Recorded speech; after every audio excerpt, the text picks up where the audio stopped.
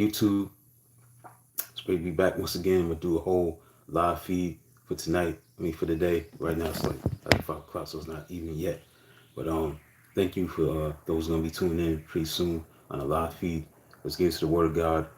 Psalms 24, 25, and 26, and other Psalms to read, and then we'll get into the conclusion of a book that I've been reading for a long period of time, Muhammad Ali, Malcolm X book, Blood Brothers, the fatal friendship between uh, Malcolm X and Muhammad Ali. So chapter 16, 17, epilogue, everything's gonna be done, finished. That'll be it for the night. So be on for like an hour.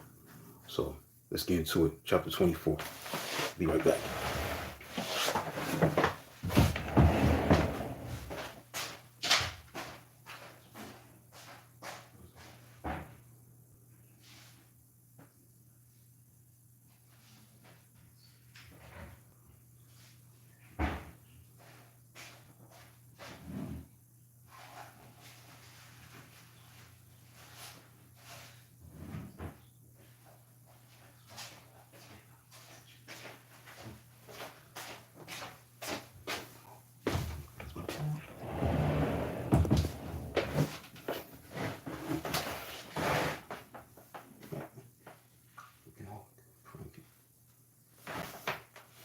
Hey, let's get into it, man.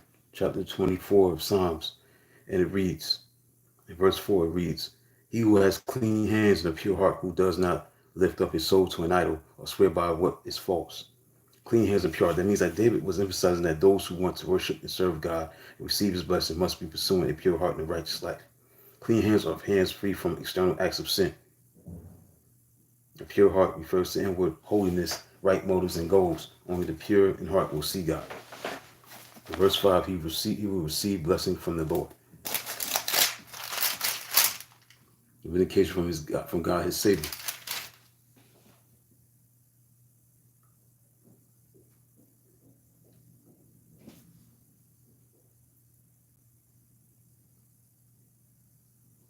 He will receive blessing. Those who are promised blessing from the Lord, or those who seek him with clean hands and pure heart. We should remind ourselves of this every time we call on God in prayer. Worship him in his house or seek his grace in the Lord's Supper.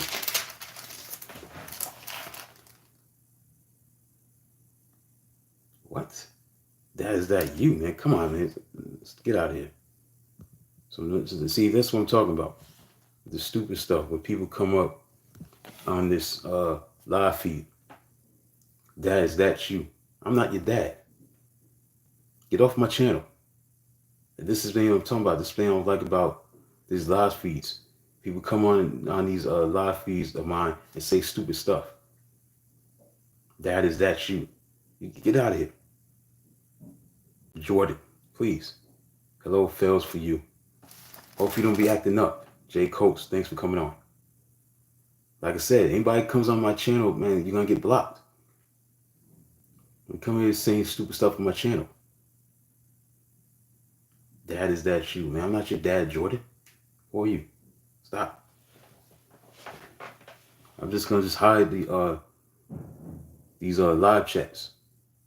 Thanks, Richard Bevers. Thank you. Because I noticed that I've been doing this live feeds for a while.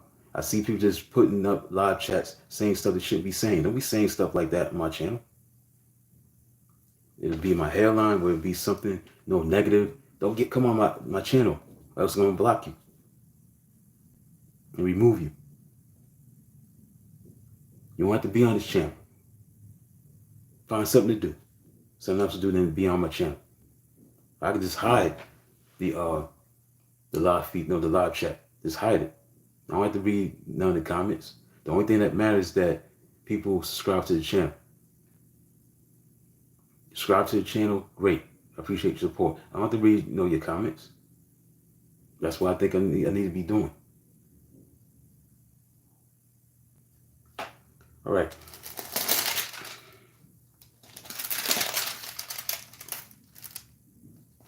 Lift up your heads over you gates. Be ye lifted up, you ancient doors, that the King of glory may come in.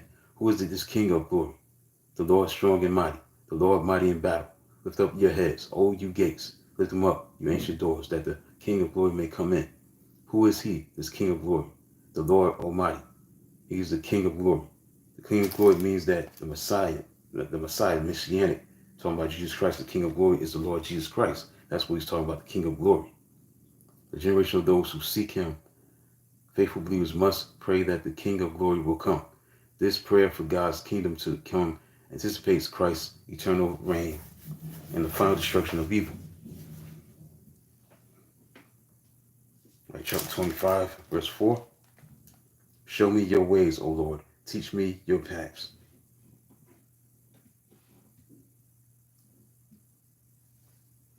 All right, I got 2 extra subscribers.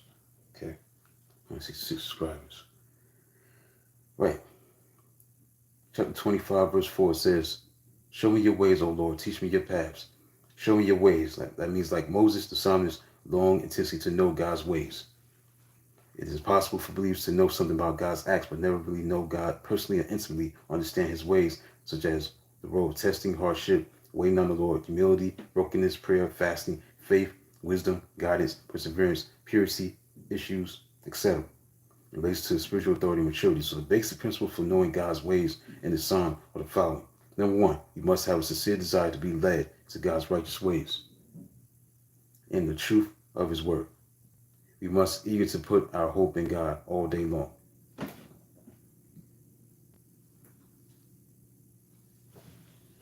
We must humbly submit to God, commit ourselves to godly living, and fear the Lord.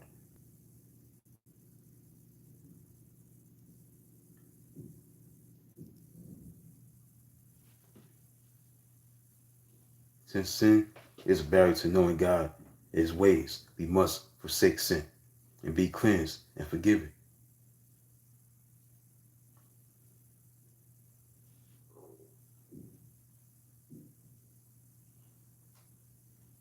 If I had cherished sin in my heart, the Lord would not have listened.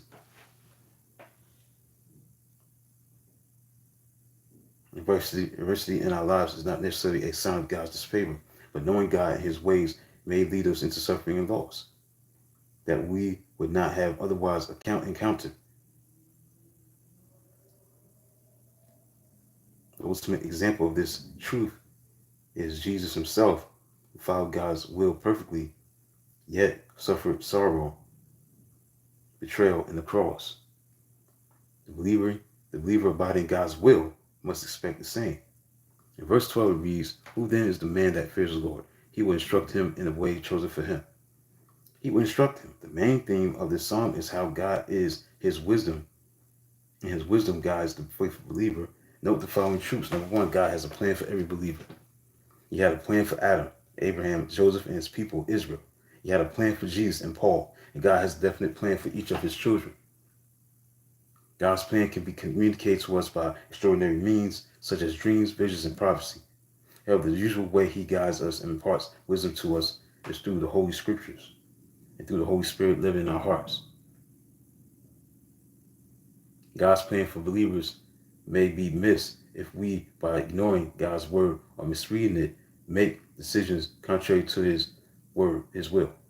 If the basic convictions, attitudes, teachings found in the Bible are not deeply embedded in our lives, we will miss God's destiny for us and even possibly go astray. Righteousness lies at the root of God's guidance, for God guides us in paths of righteousness.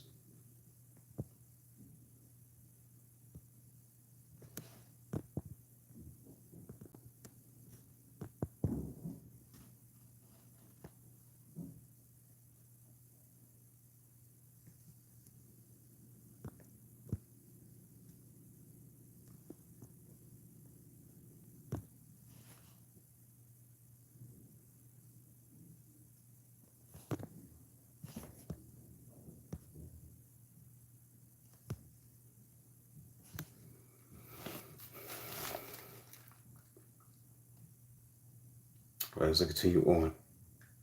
In verse 14 it says, the Lord confides in those who fear him. He makes his covenant known to them.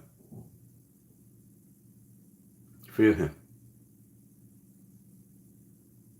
Personal knowledge of God. Intimate fellowship with him.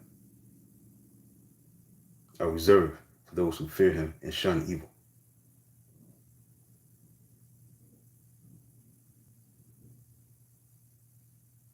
Let's get into verse 11 of chapter 25. And Psalm says, iniquity. In Hebrew, it means awan, means perversion, crooked behavior, from a root meaning to twist or distort. Often used of a twisting of something that could have been good, implying wrong motivation or self-will. The term is also used of the guilt of intentional sin as well as its punishment. Verse 8 says, in chapter 26, we move on to chapter 26 in Psalms. Verse 8 says, I love the house where you live, O Lord, the place where your glory dwells. I love the house where you live. That means that the psalmist's happiness does not come from associating with the world, but from being in the house and assembly of the Lord, where God's presence and power are manifested amongst people, where God's glory is dwelling, where believers who walk in God's truth experience more fellowship of the Spirit together. Chapter 27, verse 4 says, one thing I ask of the Lord, this is what I seek, that I may dwell in the house of the Lord all the days of my life, to gaze upon the beauty of the Lord, to seek him in his temple.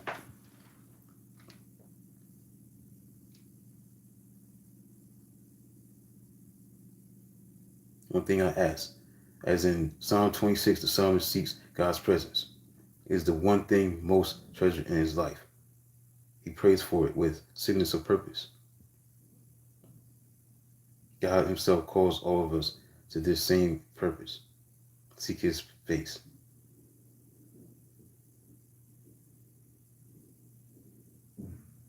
Those who do so strive to dwell in God's holy presence, are given the firm assurance that no matter what trials come to them, the Lord will never forsake them. They have no reason for despair. God's goodness is reserved for them.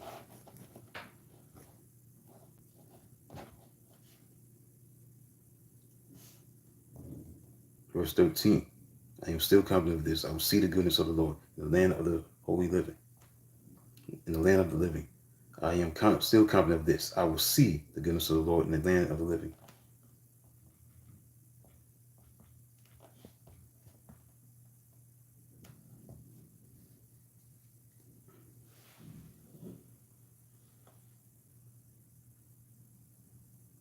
I'm still confident. It means that trusting in God and being confident in his love and goodness are indispensable for persevering in faith. As believers, we may be severely tried, yet nothing can bring us to despair and defeat us as long as we keep our eyes on God in faith and hope. In the midst of our darkness, we must wait for the Lord, draw near to him, remain steadfast through his Spirit. We can rest assured that in his own time, God will manifest his goodness to us.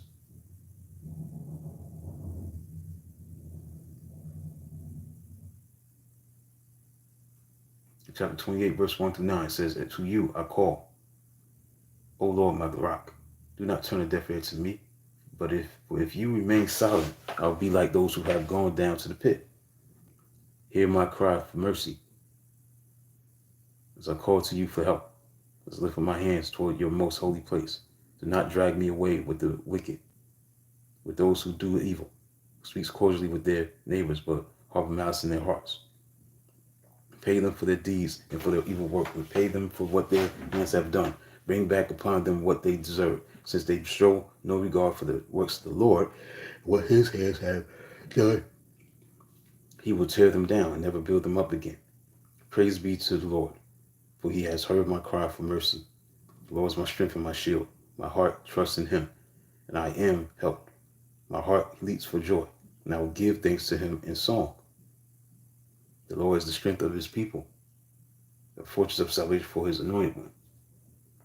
Save your people and bless your inheritance. Be their shepherd and carry them forever. If you remain, it means a faithful believer may at times feel that God's not listening to his or her prayers. This experience, however, will not be the norm as long as we continue to draw near to God through Christ. So as the period of trial, the Lord will respond and help us as a shepherd cares for his sheep.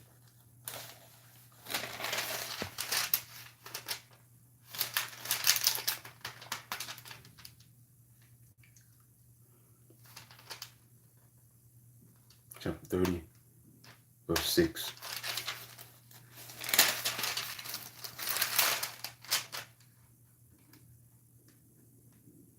And I felt secure. I said, I will never be shaken. I felt secure. It means that secure in his prosperity, the psalmist showed that his wealth and success made him so strong that nothing could destroy his happiness.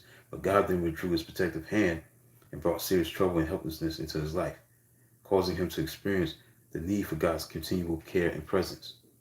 All believers who feel secure in themselves who rely on temporary things, and who give God and his kingdom anything but first place in their lives are warned by the words of this psalm.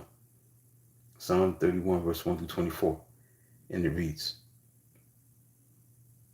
"In you, O Lord, I have taken refuge. Let me never be put to shame. Deliver me in your righteousness. Turn your ear to me. Come quickly to my rescue. Be my rock of refuge, a strong fortress to save me.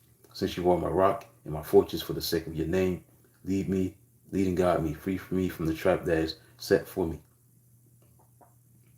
For you are my refuge. Into your hands I commit my spirit. Redeem me, O Lord, the God of truth. I hate those who cling to worthless idols. I trust in the Lord. I'll be glad. I'll be glad and rejoice in your love. For you saw my affliction and knew the anguish of my soul. You have not handed me over to the enemy, but have set my feet in a spacious place. Be merciful to me, O Lord, for I am in distress. My eyes grow weak with sorrow, my soul and my body with grief. My life is consumed by anguish, and my years by groaning. My strength fails because of my affliction, and my bones grow weak because of all my enemies. I am the utter contempt of my neighbors. I am a dread to my friends. Those who see me on the street flee from me. I am forgotten by them as though I were dead. I become like broken pottery. If I hear the slander of many, there is terror on every side. They conspire against me and plot to take my life. I trust in you, O Lord. I say, you are my God. My times are in your hands. Deliver me from my enemies, Lord. Deliver me from my enemies and from those who pursue me. Let your face shine on your servant. Save me in your unfailing love. Let me not be put to shame, O Lord. For I have cried out to you. But let the wicked be put to shame and lie silent in the grave. Let their lying lips be silenced for pride and contempt. They speak arrogantly against the righteous. How great is your goodness, which you have stored up for those who fear you, which you bestow in the sight of men, and those who take refuge in you. But in the shelter of your presence, you hide them from the intrigues of men. In your dwelling, you keep them safe from accusing tongues. Praise be to the Lord, for he showed his wonderful love to me. When I was in a besieged city, in my alarm, I said, I am cut off from your sight. Yet you heard my cry for mercy, and I called to you for help. Love the Lord, all his saints. The Lord preserves the faithful. The proud he pays back in full. Be strong and take heart, all you who hope in the Lord.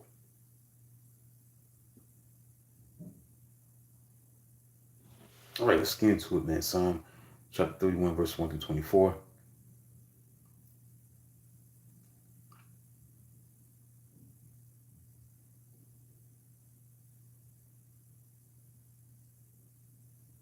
Deliver me. That means that this psalm is a deeply personal prayer expressing distress and lament because of enemies, illness, and desertion by friends. Jeremiah used a phrase from this psalm to express his sorrow and fear. He's also quoted from it, the opening words of verse 5, where while he was on the cross, in Luke chapter 23, verse 46, he said that this prayer expresses the heartfelt cry of all believers who suffer affliction because of illness, trouble, or oppression from the world or the enemies of righteousness. It reveals that in times of deep trouble, we can hide in the shelter of your presence.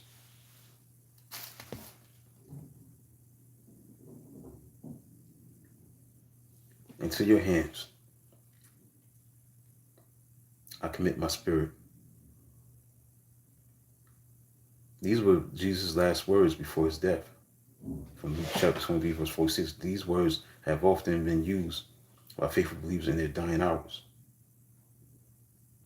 They express dependence on God and faith in his goodness to his people. To admit ourselves into God's care is equally appropriate during times of danger and difficulty. Okay, this is interesting from Psalm 32. This could be my last chapter. That'll be it. Do chapter 33. Maybe tomorrow. Maybe on tomorrow. Thanksgiving.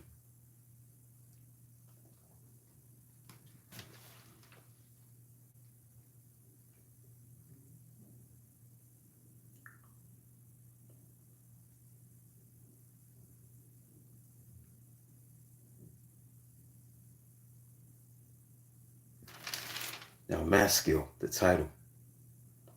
Now, this Hebrew word may derive from sekol. A Hebrew word means to be wise or skillful. Since maskil or carries in the psalm's title, it may indicate that this is a teaching psalm. This particular psalm sets forth the nature of sin, what happens when it is concealed, acknowledged, forsaken, and forgiven.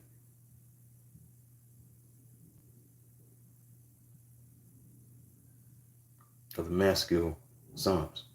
Psalm 42, 44, 45, 52, 55.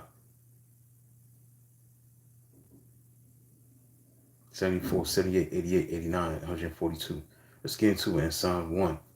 It says, blessed is he whose transgressions are forgiven, whose sins are covered. Blessed is he whose transgressions are forgiven. That means that the only truly happy people are those who have received forgiveness of their sins from God, so that guilt for sin is no longer weighs on their minds and consciences. Such blessed peace is the open to all sinners who come to the Lord. The Psalms describes God's forgiveness in three ways. Number one, he forgives the sin, pardons it, he covers the sin, puts it out of sight. The sin is not counted against him. The consent guilt is canceled from the record. In verse 2, it says, blessed is the man whose sin the Lord does not count against him, and whose spirit is no deceit.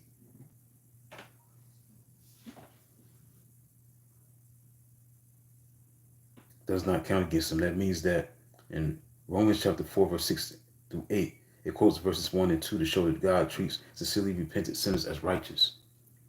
Not because righteousness is something that they earn through works, but rather receive as a gift when they confess their sins and believe in the Lord. In verse 3, when I kept silent, my bones wasted away through my groaning all day long. For day and night your hand was heavy upon me. My strength was sapped, as in the heap of summer. When I kept silent, my bones wasted away. These verses describe the agony and penalty that concealed sin brings.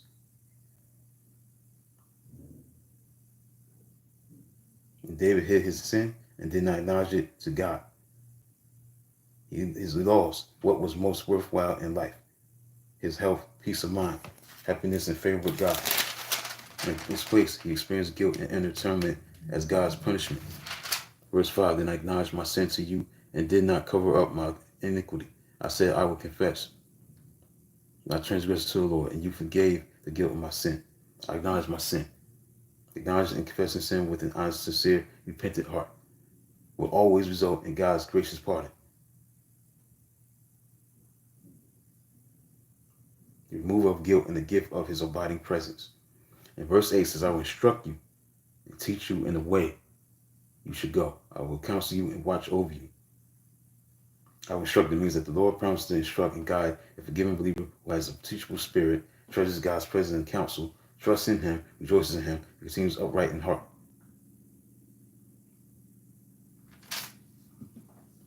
All right, so that's it now. I'll be in chapter 33, 34. Maybe tomorrow. I might do a live feed tomorrow. I'll see. I'll see what happens. All right, so that's it for that. So again, some biblical hope. Chapter 33, 34, 35. Do some biblical hope. All right. Now it's time to get to the conclusion of a book that I've been in for a long time. It's been a great one. Blood Brothers, the fatal friendship between Muhammad Ali and Malcolm X. Let's get into it.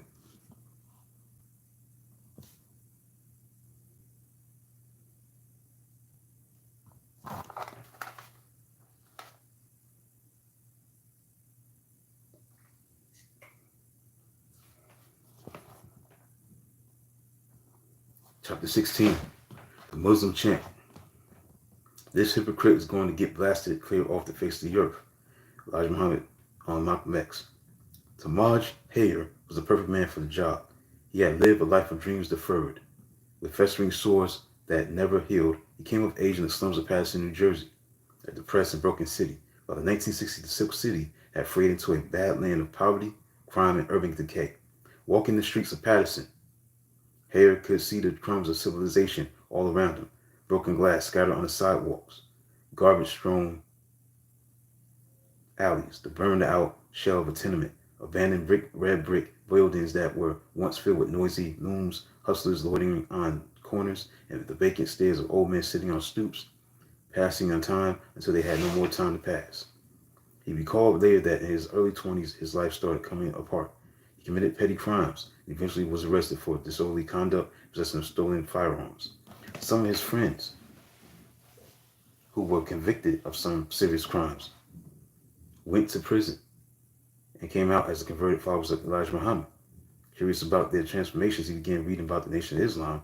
Soon he became a regular at Mosque number 25 in Newark, transfixed by the rugged, uniformed soldiers standing in military formation. Hayer decided what he really wanted to be, a soldier in the fruit of Islam. Had their own army man, he said years later. I thought we were going to fight this white blue-eyed devil. After receiving his X in the fall of 1962, he embraced his role as a soldier in Elijah Muhammad's army. But on one occasion, when a fellow brother violated Muslim law, Tamaj X zealously took matters into his own hands, violently punishing the man. Consequently, mosque officials suspended him. In exile, he realized that he had to do something to regain their trust and prove his loyalty to the cause. By the spring of 1964, Tamaj had returned to the nation in good standing.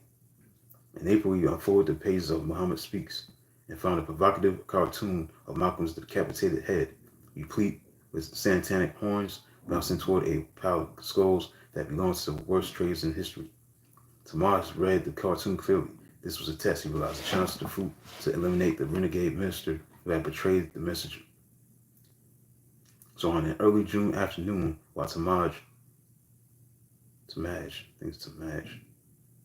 strolled through downtown Patterson, a black Chrysler rolled up alongside him. He recognized two young Muslim brothers from Mosque number 25. After Ben X and Leon X opened the back door, Tamaj got in. The men began talking about how Malcolm had slandered the messenger. Cautiously, they probed Tamaj for his attitudes about Malcolm and Muhammad. Tamaj told the men that Malcolm must be silenced. Nodding with approval, Ben and Leon had no doubt that he was committed to retaliation. So when they mentioned killing Malcolm, Tamaj listened intently. Assuming that Ben, assistant secretary, was acting on orders from Minister James Sabaz, a good soldier, he acknowledged to follow orders. He had a duty to carry out the mission. Soon they began meeting at Ben's home, plotting Malcolm's death. According to Tamaj, Ben recruited two other men that he knew as Wilbur X and William X. Soon Tamaj was familiar with guns. Ben charged him with acquiring the weapons they needed.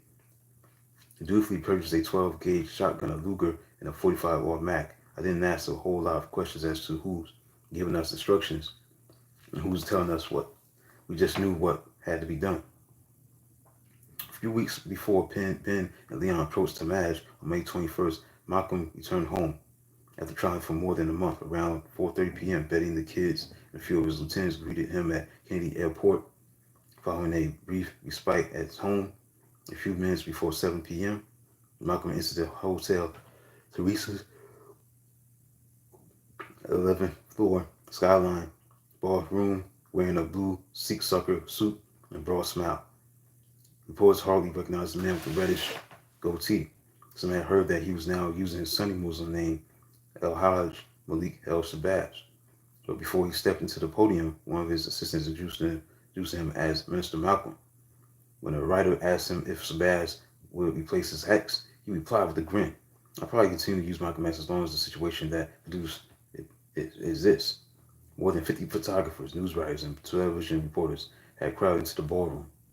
After describing his journey, Malcolm announced his intention to work with African leaders who would support his charges against the United States for violating Black Americans' human rights.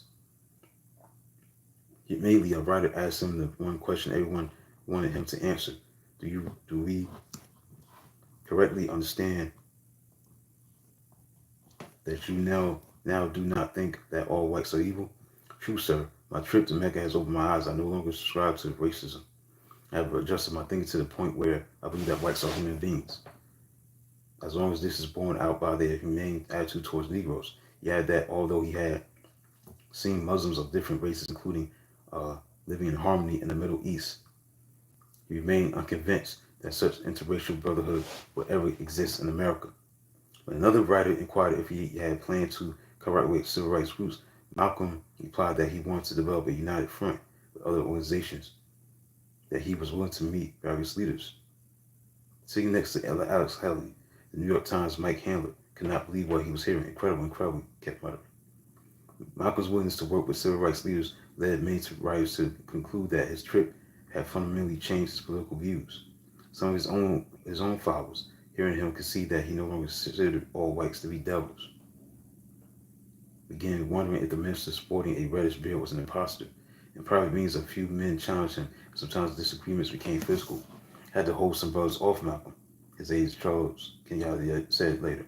While Malcolm's perspective had changed, becoming more internationalist, he still identified himself as a minister and a teacher, a Muslim, a revolutionary. Most importantly, he still considered himself a proud black man.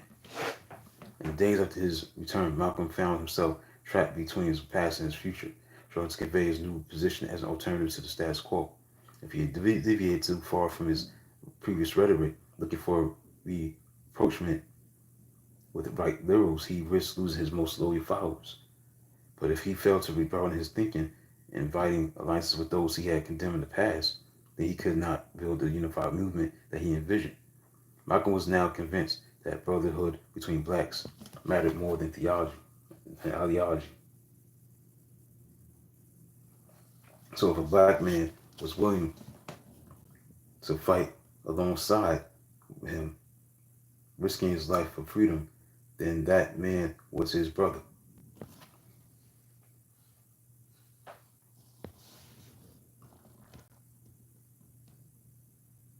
When fellow activists pressed him about his position, he maintained that whites were still the enemy of black Americans, that he fully intended to fight that enemy. On May 23rd, during a debate with Louis Lomax at the Civic Opera House in Chicago, he explained that traveling abroad had helped him discover a wider perspective. Separation is not the goal of the Afro-American, he told the mind reader, Irv Kupson, nor is integration his goal. They are merely methods to get toward his real end, respect and recognition as human beings. Respect and recognition as a human being. So while Malcolm debated Lomax, he looked out at the audience and noticed John Ali and a squad from the fruit glaring at him.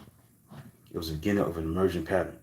The moment Malcolm returned home, the black Muslims escalated threats against him, appearing everywhere he went, whether it be lecture halls, radio stations, airports, even his home. In Chicago, Raymond Sharif had ordered the fruit to get Malcolm. In early June, the Supreme Captain visited Mouse Number 7, where he delivered a harangue against the hypocrite, demanding vengeance. Make no mistake, he said, Malcolm will die soon. Malcolm will soon die out. Malcolm could sense his enemies closing in on him. Walking the streets at night, his eyes darted in every direction while he listened for footsteps. He could imagine a squad from the fruit sneaking up behind him. The black Muslims, Peter Goldman wrote, had crowded him into a corner, so he had brought him to his most dangerous condition, that reckless free swinging, gut-punching fury, in which he would use whatever weapon came to hand. His most potent weapon against the Muslims, of course, was evidence that Elijah Muhammad had carried on numerous affairs, impregnating several of his secretaries. He began retaliating by sending his chief aide, James 67X, to California to obtain signed legal documents from women who claimed that Elijah had fathered their children. Then he began working the phones, calling other women who could corroborate the forward secretary charges. Malcolm knew that once he pursued this course, the chance of survival deteriorated. Malcolm would stop at nothing to protect his secrets. The FBI overheard Malcolm say on the phone, any man who would go to bed with his brother's daughter and then turn around and make 5 other women pregnant, and then accuse all these women of committing adultery is a ruthless man. On the evening of June 7th, at the Audubon Ballroom, Malcolm told nearly 500 people that Elijah kept several concubines and was the father of 6 illegitimate children. This was the first time that he spoke about Elijah's adultery, a move as wise as swinging at a broom at a hornet's nest. The nation's officials declared would even murder to keep it quiet. Later that night, across Harlem, the black Muslims mobilized, preparing for war. The following morning, Betty received the first of many threatening phone calls. Sometimes her tormentors dialed and hung up. Sometimes they said nothing while she pleaded for them to stop calling. Sometimes they threatened her children. But this time, a man told her to deliver a message to her husband. Just tell him he's as good as dead. Malcolm got the message. Later that day, he appeared on CBS with Mike Wallace, divulging Elijah's improprieties. Muhammad forced him out of the Nation of Islam, he charged, because when he learned about Elijah Muhammad's discretions, he told other officials, who then made it look as if he was stirring up things. Wallace asked him if he feared the consequence of exposing Elijah's triumphs. Oh, yes. Yes, I'm probably a dead man already. No matter how much the black Muslims threatened him, Malcolm refused to back down. On June 12th, on a Friday, he arrived in Boston under police escort. An anonymous call warned a radio station dispatcher that Malcolm would be bumped off if he spoke on the air. Undeterred, he recited Muhammad's affairs on air, called him a fraud. Later that evening, when he appeared on another station, Malcolm said that Boston Minister Louis X knew all about Muhammad's transgressions long before he did. He also claimed that National Secretary John Ali had ordered a hit on him. According to World Witness, Ali had recently visited the New York mosque trying to convince the lieutenants that Malcolm had to die. Malcolm accused Louis, John, and other officials of conspiring against him, essentially declaring war on the entire leadership group of the Nation of Islam.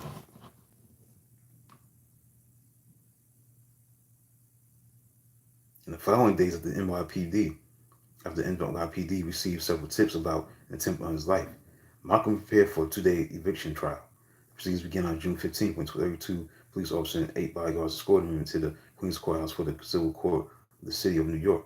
When he took the stand, he looked down into the courtroom and saw about 50 menacing faces from the Fruit staring back at him. That same day, the Fruit held its regularly scheduled meeting at Mosque Number 7, where more than 180 soldiers from New York and New Jersey heard one of the speakers declare, "We should destroy Malcolm." Yet one of the captains, most likely Joseph, warned that the time was not right. Malcolm was not to be touched. The rest is okay. On the second day of the trial, Malcolm testified for nearly 2 hours. At times, he appeared unnerved, fidgeting, and rambling. He did not have a solid legal claim on the house, even if Muhammad had told him it was his house. Near the end of his testimony, perhaps realizing that he was losing the case, Malcolm blurted that the Honorable Elijah Muhammad had taken 9 wives. This made his lawyer, Percy Sutton, try to redirect him, but Malcolm persisted. "This is the reason for my suspension," he said. "My mouth was closed so that I couldn't talk." With each passing day, he more viciously attacked Elijah. "Muhammad was nobody until I came to New York as his emissary," he argued. He suggested that since Malcolm broke with him, blacks had left the nation in droves. Muhammad was so furious about the rising number of apostates that he planned to speak at a New York rally on June 28th. The truth Malcolm suggested was that Mosque Number 7 no longer made the same kind of money it did when he was the minister there. They haven't found anyone to do the job I've been doing in New York. Convinced that he was irreplaceable, Malcolm imagined that no one else in the nation could excite the black Muslims the way he once did, but he was wrong. It was the kind of heat-soaked day when the police expect trouble. On June 28th, Elijah Muhammad and Malcolm X organized competing rallies, battling for the soul of Harlem. In the days leading up to Muhammad's arrival, the police had heard rumors that Malcolm's men would assassinate him at the airport. They had also heard that the black Muslims would never allow Malcolm to preach on the same day as Muhammad. The threats became so intense that Malcolm wrote Muhammad an open letter declaring a truce, but he knew as well as Elijah did that the war would not end without casualties. At 142nd Street and 5th Avenue, a long line formed outside the Harlem Armory, where members of the Fruit faced the crowd, searching for weapons and spies and consolidated the building. The Fruit's security team took their positions. Guarding the exits and patrolling the aisles, 2 ranks stood in front of the speaker's platform, arms folded, while another squad scanned the audience from the balcony. Packing the auditorium, an estimated 7,500 followers stood up when the phalanx escorted Elijah on stage. So Muhammad delivered a 75-minute harangue, coughing and wheezing as he strained his voice, while the audience fanned the stifling air with programs. Denouncing Malcolm without mentioning his name, he fumed. There is some person who wants to be what I am, but that person is not able to be what I am. Sitting a few feet away from Elijah, where Malcolm once sat, the nation's guest speaker, a handsome, enthusiastic black man, led the chorus. Teach us, remind the faithful of his power. Elijah preached, maybe you won't believe it, but I am the key to every one of you. I am not something of myself, I'm something of a God. Now the guest speaker shouted above the crowd's applause, yes sir, yes sir. When Elijah finished his address, the most famous black Muslim walked over to the podium, dressed in a black suit, white shirt, a skinny black tie. Muhammad Ali, tight-lipped and solemn, approached the lectern. After offering the traditional Muslim greeting, Assalamu alaikum, he explained that he had rushed home from Cairo at Muhammad's request. Elijah desired his presence at the armory so that Ali could remind all of Harlem why he had chosen the messenger over the hypocrite. Ali told the nation that Muslims over the world recognized the Honorable Elijah Muhammad as a legitimate spiritual leader. Clearly, with Malcolm gone, the boxer would serve as Elijah's new spokesman. Ali delivered the goods. He said exactly what Elijah wanted him to say. Everywhere he went, Ghana, Nigeria, and Egypt, Muslims asked him the same question. How is the Honorable Elijah Muhammad? If it were not for the Honorable Elijah Muhammad, he says the whole world would not know his name. He owed everything to the messenger. Graciously, he presented Elijah with the miniature golden mosque, a gift sent from Egypt's Supreme Council of Islam. As he raised the mini mosque in the air, Louis X, Herbert Muhammad, John Ali, Elijah Jr., all enemies of Malcolm, crowded around him, smiling for the cameraman. That same day, Ali assigned Press Secretary Leon 4X, as known as Leon Amir, attended an FOI meeting at the Armory. A lean, diminutive, standing barely 5'4", Amir was known as a karate expert with a quick temper. He had joined Mosque No. 7 in 1956, 4 years after receiving an honorable discharge as steward in the Marines. According to his FBI file, Leon was diagnosed with schizophrenia after exhibiting a sudden episode of acutely disturbed and absolutely psychotic behavior. In a sudden rage, he attacked a large man with an axe during an argument over a betting role. After spending a few months in a psychiatric hospital, he returned to New York, where he was arrested on separate occasions for robbery and grand larceny. But the life of a hardened criminal dissatisfied him, so he missed the Marines and the feeling of camaraderie that came with serving in a military unit. When a fellow veteran convinced him to attend a meeting at the local mosque, Leon embraced the nation's code of strict discipline and became a soldier in the fruit of Islam. Soon he turned his life around teaching martial arts and eventually becoming one of Malcolm's bodyguards. After Malcolm left the nation, though, he remained loyal to Elijah Muhammad, and John Ali gave him direct orders to keep an eye on the heavyweight champion. But when he heard the messenger's son talk at the armory, he began questioning his decision. Elijah Jr. spoke with a viciousness that troubled him. Malcolm was a red, no-good dog, a hypocrite who deserved to die. If we decide to kill Malcolm, he said, then we can help him. Consumed rage, Elijah's son raided the New York fruit for failing to execute him. Malcolm should have been killed by now. If Malcolm refused to leave the Queen's home deeded to the nation, then they would make him leave. But all you have to do is go there and clap on the walls until the walls come down, then cut the blank tongue out and put it in an envelope and send it to me. And I'll stamp it, approve, and give it to the messenger. Leon knew what he had just heard. Everyone in the room understood the implication of the tirade. Looking back, Thomas Fixing X, a member of the New York Fruit, said that when the messenger's son spoke, he spoke on behalf of his father. Back then, that was an order. Later that evening, 20 blocks away at the Audubon Ballroom, more than 600 people listened to Malcolm announce his latest initiative, the Organization of Afro-American Unity, a movement inspired by his trip to Africa, the limitations of Muslim Mosque Inc. He had not given up on Muslim Mosque Inc., but he recognized that it lacked a clearly defined focus, that its religious name turned off too many secularists. Seeking a political platform, Malcolm courted black radicals and intellectuals to join his revolutionary program. In his opening address, he outlined the OAA's use goals: voter registration campaigns, rent strikes, business boycotts, and all-out war on organized crime. Malcolm's speech articulated an ambitious program that he could not deliver. Facing modern pressures, his attention fractured under too many demands. Without his salary from the nation, Malcolm could hardly afford to feed his family. let alone fund two fledgling organizations. Continuing an extensive travel schedule, he tried raising money and building alliances abroad, but spending so much time away undermined his ability to build the old AAU. So he hoped that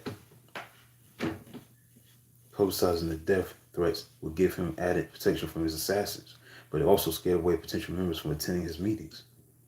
On July 2nd, a few days after Malcolm announced the formation of the old AAU, 2 million filed paternity suits against Elijah Muhammad in Los Angeles. The sex scandal made sensational headlines. In large, bold letters, Chicago defenders screamed, paternity suits against Mr. Muhammad denied. Muhammad's former secretaries were not the only ones discrediting him. His grandson Hassan told the defendant that he had quit the NOI because of the officials, including his relatives, exploited the members. His grandfather was nothing more than a fake and a fraud, stealing money from the poor. He could not understand why many of his grandfather's longtime followers never received their original names. Yet Cassius Clay was blessed to receive a holy name. Hassan's uncle Wallace echoed his nephew's charges, claiming that the nation's officials ordered attacks against descendants. And their leadership in Chicago is ruthless and frantic. He said, and they will kill you. The time for talking was over. The blood season was beginning. A day after Muhammad's mistresses filed paternity suits, Malcolm worked from home while Betty rested at the hospital recuperating from childbirth. Around 11:30 p.m., he told the babysitter that he needed to move his car, possibly because he did not want assassins to think that he was home. Teaching the teenage girl how to handle a shotgun, Malcolm quietly opened the front door and peeked outside, darting toward his car. He spotted two knife-wielding men charging at him. Before they could catch him, he leaped into the sedan, turned the key, and sped away. After circling the neighborhood, he returned home, called the police, waited for them to arrive, shotgun in hand. The following day, Boston Captain Clarence X and Springfield Captain John Muhammad visited Harlem Miles, given full authority over the East Coast through Clarence. An elegant, stocky man built like an ex-middleweight boxer offered a reward to anyone who eliminated Malcolm. While he was in New York, he met with Leon Amir. The two knew each other well because Clarence has been assigned as Muhammad Ali's bodyguard. Leon worked as a chance press secretary. According to Leon, Clarence revealed a .38 caliber revolver that he intended to use on Malcolm, and asked Leon if he could help locate a silencer. Stunned, Amir said that he did not know where Clarence could find one. He began contemplating whether he should warn Malcolm. But Malcolm needed no warning. He already knew that his life was in danger. For his family's sake, he needed to get away from his assassins. Only Betty and a few trusted assistants knew that he planned to attend the second Organization of African Unity Conference in Cairo, toward Africa, and returned in 6 weeks. So on July 9th, when he boarded TWA Flight 700 that was bound for London, he felt a sense of relief that he had not experienced since he last visited Africa. Escaping abroad brought him peace, a peace that would prove hard to relinquish even after a nearly 20-week hiatus from the troubles that followed him at home. In the months after Muhammad Ali's return from Africa, Elijah Muhammad forbade him from staying at the Hotel Teresa. In early July, when Ali appeared on the television show Days of the Press, New York Amsterdam News writer Sarah Slack asked him if he and Malcolm had split. Curiously, he explained that when the arm of Elijah Muhammad cuts a man off, then he automatically cuts off from all his followers. Curious, the report asked if the division between Elijah and Malcolm had led him to cancel his accommodation at the Teresa. Interrupted, and Ali said, "My leader told me, not my leader, but various officials said it would not be nice being in the same hotel he was in. Whatever they say goes." It was clear from Ali's statement that he no longer made his own decisions. The writers mostly asked him questions about political issues, the Nation of Islam, and the Civil Rights Movement. One writer mistakenly called him Mr. Clay. He corrected her, reminding her the panel that he had a new name. Appearing in series, Ali frequently referenced the Honorable Elijah Muhammad, just as Malcolm used to do. Ali explained that America did not belong to the black man. The fact that whites constantly attacked blacks proved it. When the moderator asked him if he considered himself American first and foremost, Ali definitively answered, "No, sir, no, sir," proud to say no. "First, I'm a black man, I'm an Afro-American." When the moderator pressed him again, Ali insisted, "Well, no American, I'm a black man." After Ali returned from Africa, reporters and businessmen learned that if they wanted to meet with him privately, they had to see Herbert Muhammad. Herbert controlled everything. Following his father's orders, he began lauding Ali as a righteous, devoted follower of the messenger. Tony Muhammad speaks to the photo album of heavyweight champion inside the nations and newspapers. Newspaper readers found pictures of Ali learning from Elijah, being the Uqba, shaking hands with Nisr, and playing with black children. Herbert also created opportunities for the nation to profit from Ali's likeness. For only $2, kids could join Muhammad Ali International Fan Club and receive a personally autographed photo of the champ, wallet-sized membership card, membership button, and newsletter.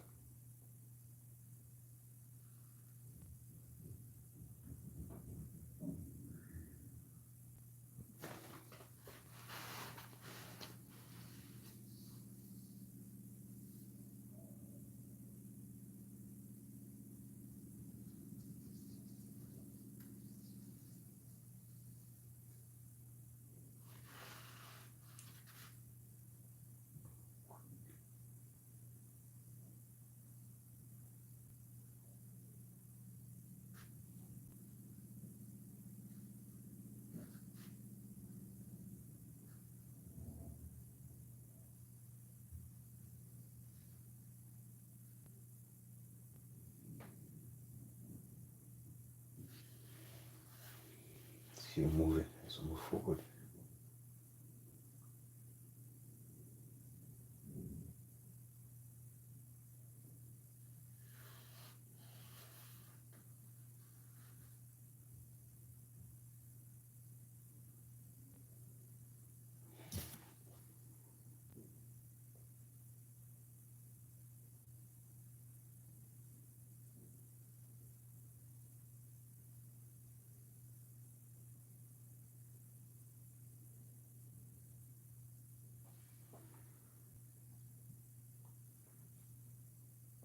This chapter also includes, how Muhammad Ali became the nation's most visible symbol of redemption. How before, he became a Muslim, that he used to drink. Then he said after he fought and beat somebody, he hardly would go anywhere without two big, pretty women beside him. And how when he became a Muslim, it gave him the strength to resist sinful temptations. Even a lot of women was throwing themselves at him, even white women, giving pictures of themselves and sending phone numbers to him. Please just telephone me and stuff like that. That's what Ali was dealing with. Then Ali, when he returned from Africa, Herbert introduced him to a lady named Sanji Roy. He's a cocktail waitress, stuff like that. So it talks about that. His involvement with her.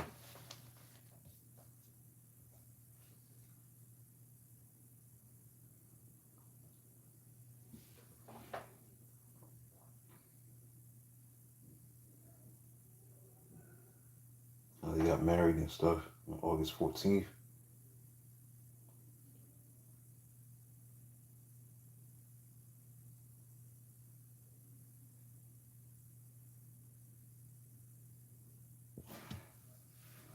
When some of you noticed that when Ali was dealing with the Muslim, when they were around, Ali was more controlling.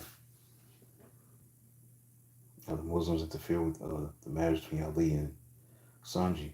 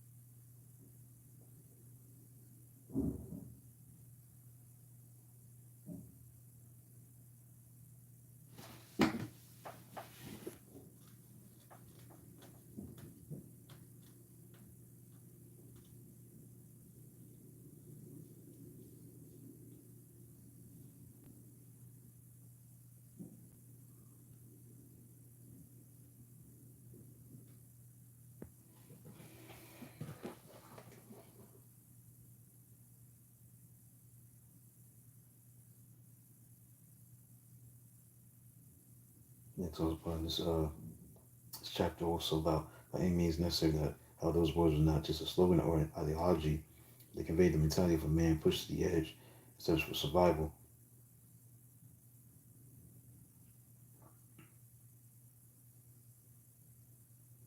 That was the last chapter. I'm in the last chapter now. Worthy of death. The price of freedom is death. Malcolm X. Malcolm X, Elijah Muhammad foretold, will not survive Allah's wrath. In his Muhammad Speaks column, he warned his former minister, Allah is sufficient as a helper. You will not be able to help yourself pretty soon. The acolytes interpreted these prophetic words as a directive.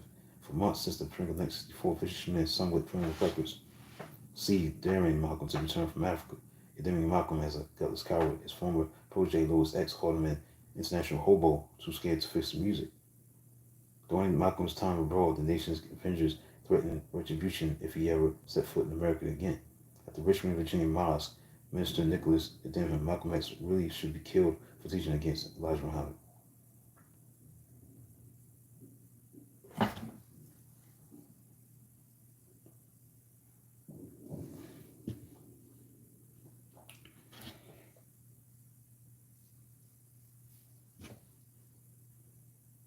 The rhetoric espoused by Chicago officials contaminated the entire nation. Muhammad Ali was convinced by their claims that Malcolm fabricated vicious lies about Elijah's infidelities, and no man, Ali declared, could slander the message and get away with it. Malcolm X and anybody else who attacks or talks about attacking Elijah Muhammad will die.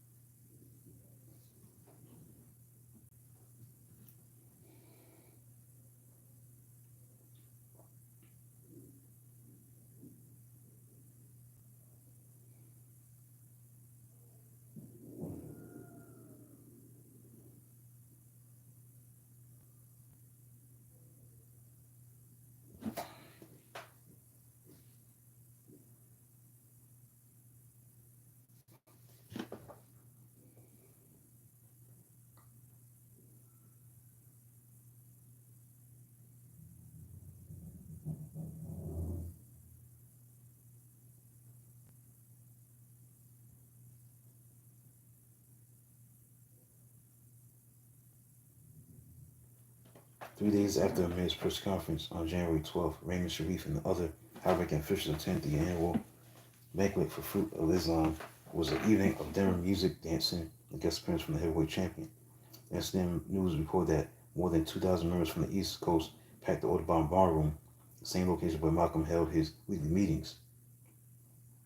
Located between Broadway and St. Louis Avenue on the south side of West 166th Street, the two-story building served as a dance hall and lodge for local organizations. What no one suspected, however, was that the Fruits party at the Audubon was just a ruse for planning an attack on Malcolm. Over the next month, members from the Fruit would hold several meetings at the Audubon in which they plotted Malcolm's murder.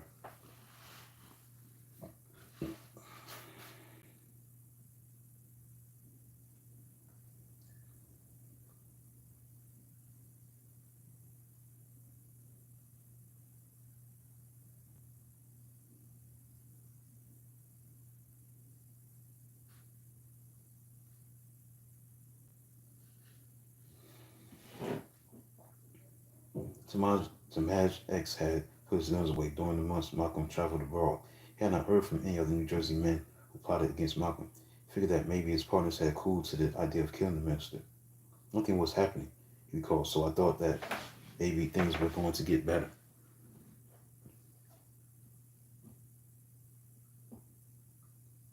Man. But when Malcolm returned home, the Conjure began meetings again. Sometimes they drove around Patterson planning this perfect crime. Other times they canvassed New York looking for Malcolm outside the Audubon. One odd evening they drove out to his home in Queens planning an ambush, but when armed guards appeared, they sped away. The New Jersey hitmen were not the only ones stalking Malcolm. Around 11:15 p.m. on Friday, January 22nd, three Muslims rushed toward him when he stepped outside his front door. He quickly slammed the door, locked it, and called the police. By the time officers arrived, his attackers had disappeared. Betty lived in fear of his assassin knocking on the door at any moment. Late at night, she watched Malcolm stand near the front window, holding a double-clip automatic carbine rifle. His eyes scanned the shadows for the slightest movement. While he protected their home, Betty cried herself to sleep. fearing that her worst nightmare could come true by the time he awoke.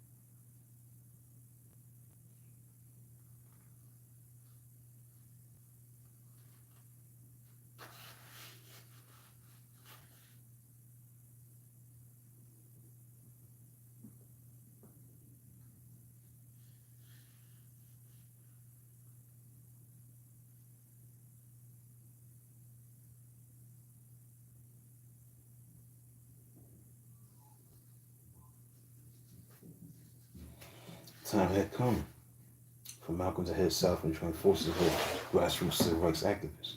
So on Thursday, February 4th, a day after he lectured at the Tuskegee Institute, he traveled to Selma, Alabama, where Martin Luther King and the Southern Christian Leadership Conference had organized a voting rights campaign facing a court injunction against demonstration and relentless harassment from police. King led a march and landed himself in jail with more than 700 other past protesters. While King sat behind bars, student activists from the Student Nonviolent Coordinating Committee invited Michael to join at a rally at the Brown Chapel American Methodist Episcopal Church. From the Christian pulpit, he exhorted the audience to use whatever means are necessary to gain the vote. He praised King's commitment to peace, but he reminded the congregation that he did not believe in nonviolence. The white man should thank God that Dr. King is holding his people in check, because there are other ways to obtain their ends. When he finished speaking, he visited with King's wife, Coretta. He regretted that he did not visit Martin in jail, but he wanted her to know that he came to someone to help him. If the white people realize what the alternative is, perhaps they will be more willing to hear Dr. King. A day after returning home from Alabama, he flew to London for the first Congress of the Council of African American Organizations. 3 days later, on February 9th, he traveled to Paris. But when he stepped off the plane, customs agents detained him. The Ministry of the Interior claimed that he threatened to disturb the public order, and therefore his presence was undesirable in France. Michael could not understand why he was being sent back to London. 3 months earlier, he had been welcomed in France. What had changed? Some writers suggested that the French had learned that the CIA intended to kill Malcolm. The government didn't want his blood spilled on his soil. And there is no substantiated evidence, although supporting this theory, that the episode in Paris made Malcolm reconsider who it was that truly wanted him dead. Malcolm could no longer rest comfortably at home. On February 13th, hours after he returned to the United States, he took a sleeping pill and dozed off. At 2:45 a.m., he woke to a startling sound. Boom! A Molotov cocktail smashed through his living room window, torching the floor and the furniture. Boom! A second firebomb shattered around another window, scattering glass everywhere. Malcolm shook Betty awake, leaped from the bed, darted across the hallway to grab his 4 daughters from their smoking bedrooms. Blinded by the smoke, Betty winced as she stumbled into the hallway. Bam! Another firebomb bounced off the back door, landed in the frosty yard where it died. Rushing the screaming children and Betty through the kitchen, Malcolm swung open the back door and yelled at Betty, "Stay here!" Frightened, she and the children shivered outside, watching the brick bungalow burn. Malcolm hurried back into the 5-room house to retrieve a few belongings, some coats, a 25 caliber pistol.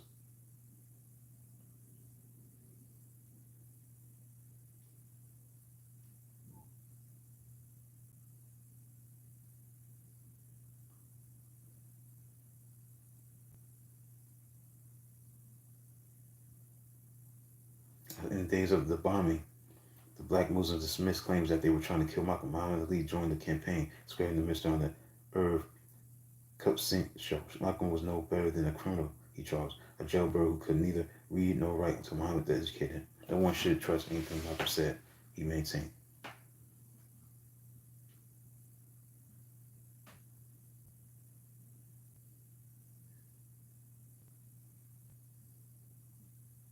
Shortly thereafter, in the hotel Teresa lobby, Ali ran to Betty, scolding him. She said, "You see what you're doing to my husband, don't you? raising his hands in the air. Ali pleaded innocence. I haven't done anything. I'm not doing anything to him. Yet Ali was not innocent because he had joined the course of violent ringleaders who raged against punishing Malcolm. As the most visible figure in the nation, his malicious attacks echoed throughout the country, further convincing Elijah's followers that they had to silence Malcolm. Without throwing a punch or raising a hand, Ali managed to handle the man he had once called his brother. Under siege, Malcolm threw a bomb of his own.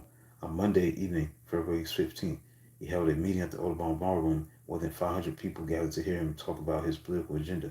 Instead, he revealed another secret of Elijah Muhammad's, one that threatened to ruin his reputation as a defender of black citizens.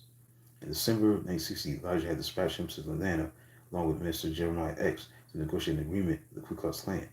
At the time, Muhammad had wanted to purchase farmland in the South, but he needed assurances that if the nation organized there, the Klan would let them live peacefully. As Muhammad's emissary, Malcolm had made it clear that the nation and the Klan both wanted the same thing, complete separation between blacks and whites. Malcolm regretted meeting with the Klansmen. He said, but the public had to know why it was that Muhammad never criticized or challenged the white supremacists. It was a risky revelation, but no more so than the insufficient security measures that he imposed. Earlier, Malcolm had instructed his security to cease frisking people who attended his rallies. He realized that he could not build a movement if people were too scared to attend his meetings. His lieutenants argued that he was risking his life, but he overruled them. We don't want people feeling uneasy. We must create an image that makes people feel at home. During his speech, and a commotion between two men in the audience drew Malcolm's security away from the rostrum, leaving him vulnerable to an attack. Get your hand out of my pocket, a man shouted. Just sit down and be cool, Malcolm implored the brothers. When a young man wearing a blue suit, white shirt, and red bow tie got up, started walking down the middle aisle. Gene Roberts, one of Malcolm's chief security guards, approached the stranger until the man ducked into a second row seat. Everything seemed fine, so Malcolm continued speaking, but the incident made Roberts nervous. Certain that he had witnessed a dry run of Malcolm's life, he went home and wrote a description of the events. The details were essential if his real supervisors were going to do anything to protect Malcolm.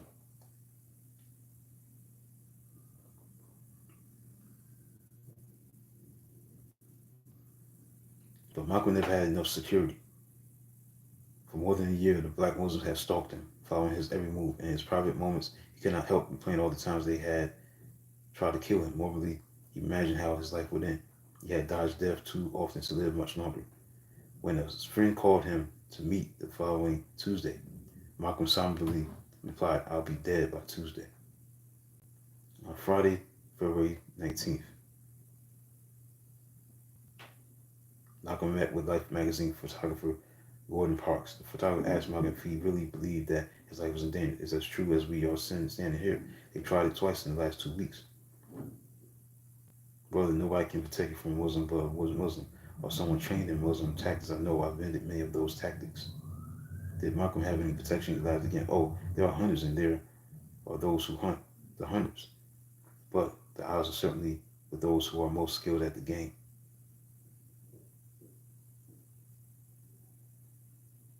The following evening in Harlem, Tamaj X and his accomplices attended a dance at the Audubon Ballroom, inspecting the windows and exits one last time. According to one witness, later that night, Tamaj met with Ali, finalizing their plans. Everything was set. They were ready to kill for the messenger. 2 blocks away from the Americana, Malcolm checked into a room on the 12th floor of the Hilton Hotel at Rockefeller Center. Soon, a group of black men began asking the bellman about Malcolm, pulling for his room number. Someone notified the head of security, a former policeman who knew that Malcolm had received numerous death threats. After escorting the men out of the hotel, the security chief added extra protection on the 12th floor. The next morning, February 21st at 8 a.m.,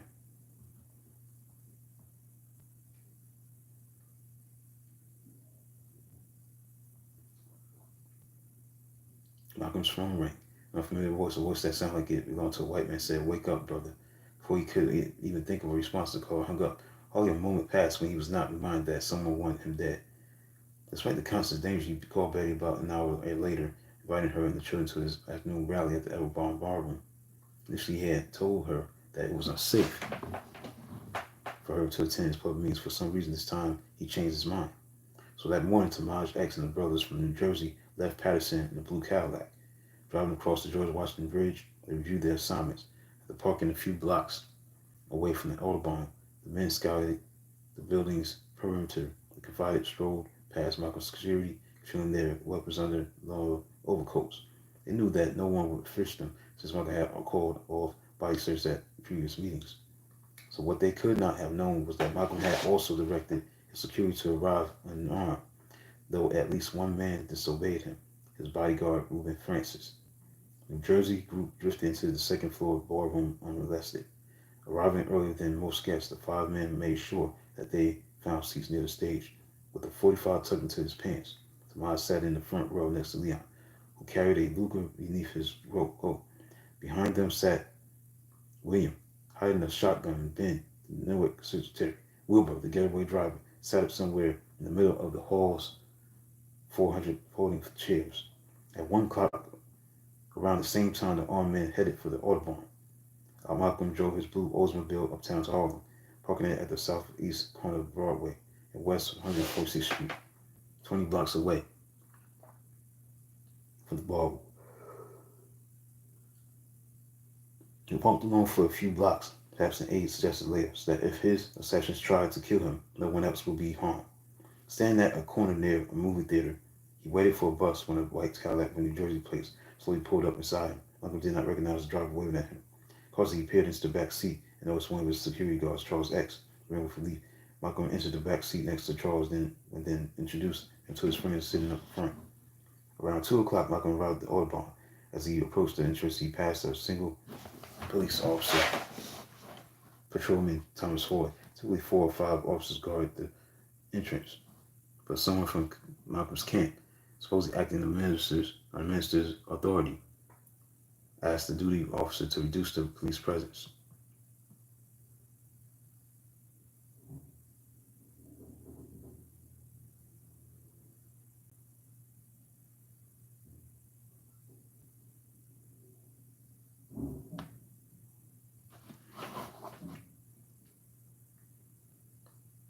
Skip around a little bit.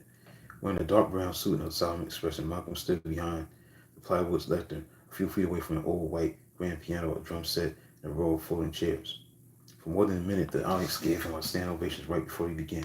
Gene Roberts retreated from his position near the stage, headed toward the back of the ballroom, leaving only 2 bodyguards standing in front of the rostrum. Malcolm cracked a crooked smile as the crowd continued clapping. When the audience quieted down, he greeted them, "Assalamu alaikum." "Wa alaikum assalam." The crowd rejoined.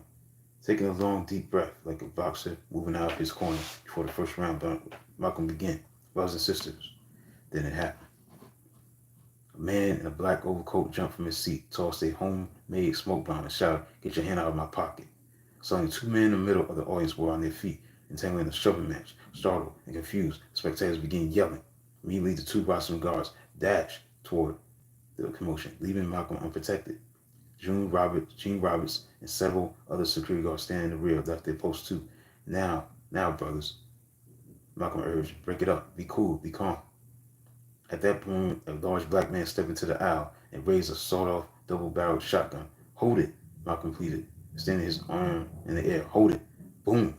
The gunman pulled the trigger, blasting shotgun pellets through the plywood lectern, cutting a crater of holes in the center of Malcolm's chest. Malcolm staggered, rocking back on his heels. His body swayed backward, crashing into the 2 empty chairs. His head slammed onto the hardwood, making a loud thud. The gunman fired again into his jerking body. 2 more shooters, Tamaj and Leon, streaked toward the stage and sprayed him with bullets.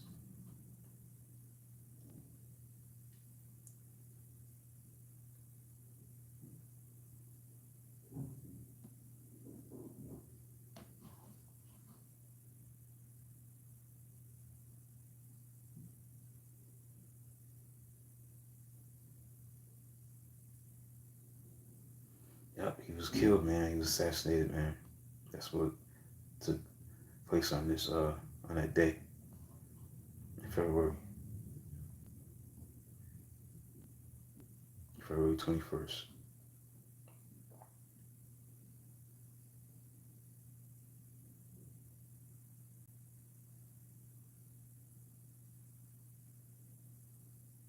Question was why did the police hide 20 officers inside the hospital across the street? Did the police look the other way? Was the FBI involved? Malcolm had told his most trusted assistants that the FBI had agents working inside the nation, agents who deliberately exacerbated the feud between him and Elijah, knowing that it would lead to a bloody war. Malcolm's men did not doubt that Samaj X and his accomplices belonged to the Nation of Islam. The real question was that the one that has lingered for decades. What's much simpler? Who sent them? Who sent them? Malcolm's murder enraged his father, setting in motion a vendetta against Elijah Muhammad and the nation's most prominent members. The FBI warned the Chicago police that Malcolm's avengers were headed to their city. The department placed heavy details at bus stations, train stations, and airports.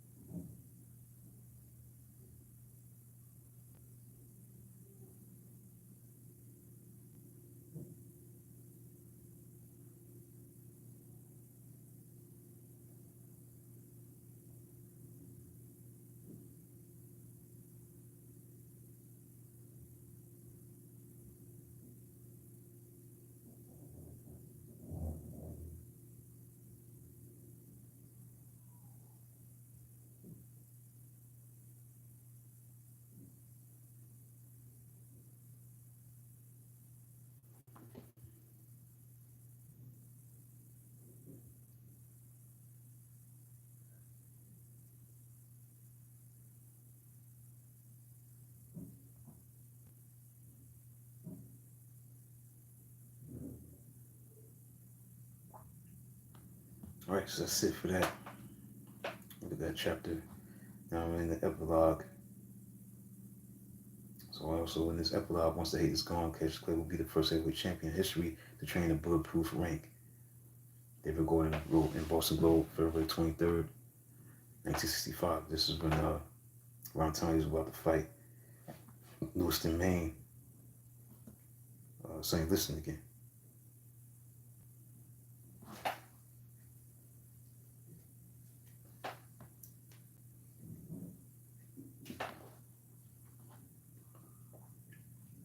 So the atmosphere surrounding the fight was ugly. J. Ray Osborne recalled Malcolm was dead. There were rumors Ali was going to be killed, maybe in the ring in retaliation.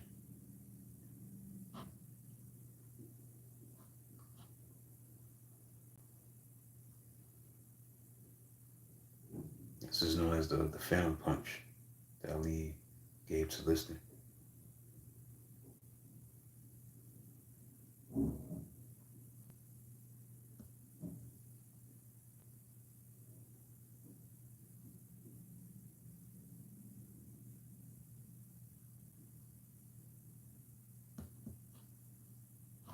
So that's it.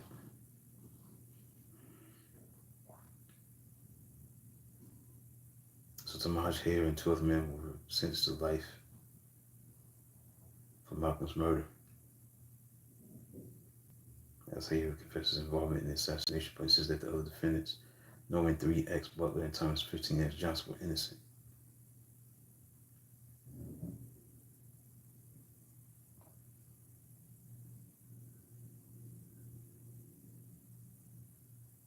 He goes on how Ali refused to fight in Vietnam, how he fell on hard times.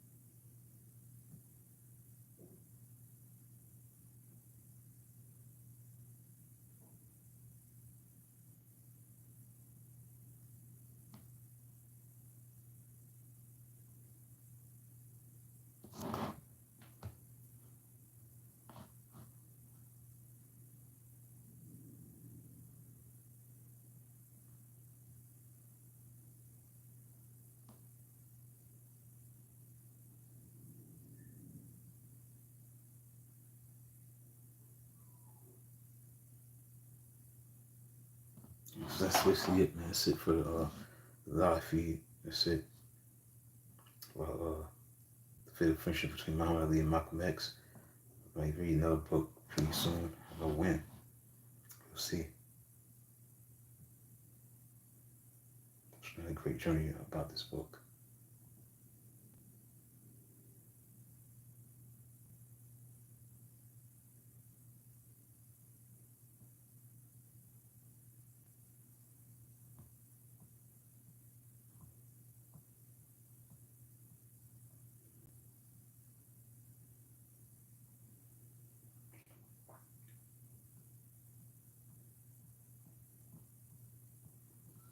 All right, so that's it for today, man. Great live feed. Been on for about more than an hour, like an hour and 22 minutes and some seconds. I did obviously the Bible study time, like the Spirit Study Bible read, Psalm 24, 25, 26, all the way to Psalm 32. I mean, Psalm 33, 34, 35, and much more. Maybe tomorrow and do something about the biblical hope. So like the Spirit Study Bible.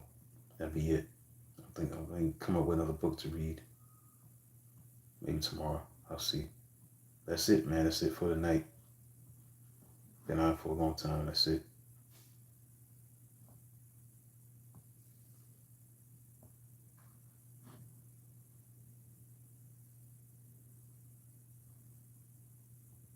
All right, so until then, I may be on tomorrow for another live feed.